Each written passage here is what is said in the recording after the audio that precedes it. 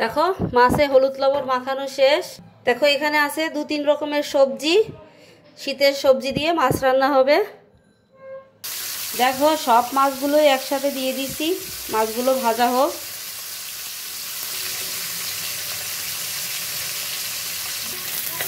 দেখো মাছগুলো সুন্দর লাল লাল করে ভাজা হয়ে গেছে, মাছগুলো তুলে নিব।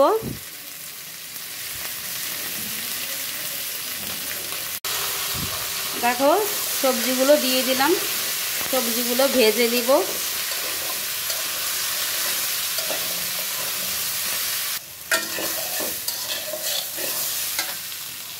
দেখো এখানে আছে হলুদের গুঁড়া, মরিচের গুঁড়া, কাঁচামরিচ, লবণ আর আদা বাটা।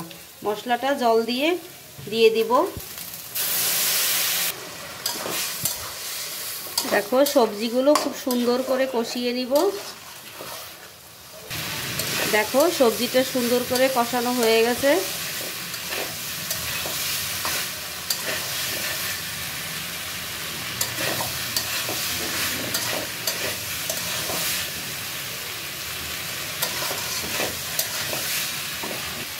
দেখো জল দিয়ে দিব।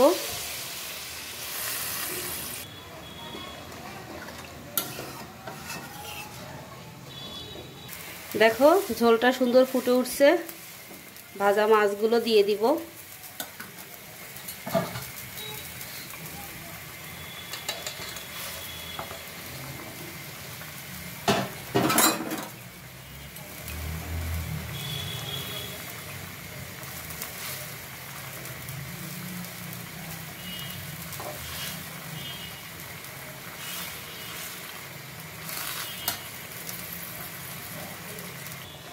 দেখো দিয়ে দিব ভাজা জিরার গুঁড়া।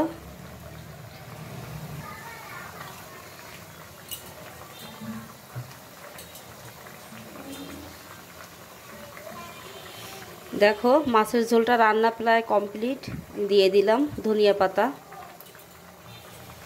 শীতের দিন, শীতের সবজি, ধনিয়া পাতা দিয়ে মাছের ঝোল রান্নালে খুব ভালো লাগে খেতে। তো দেখো এদিকে আমার মাছের ঝোলটাও রান্না প্রায় কমপ্লিট।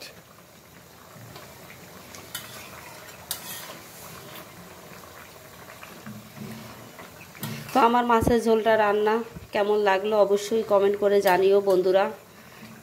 ভিডিওটা ভালো লাগলে অবশ্যই শেয়ার করবে। তো আজকের জন্য বিদায় নিচ্ছি, দেখা হবে অন্য কোনো নতুন রান্নার ভিডিও নিয়ে। তোমরা সবাই ভালো থেকো, সুস্থ থেকো।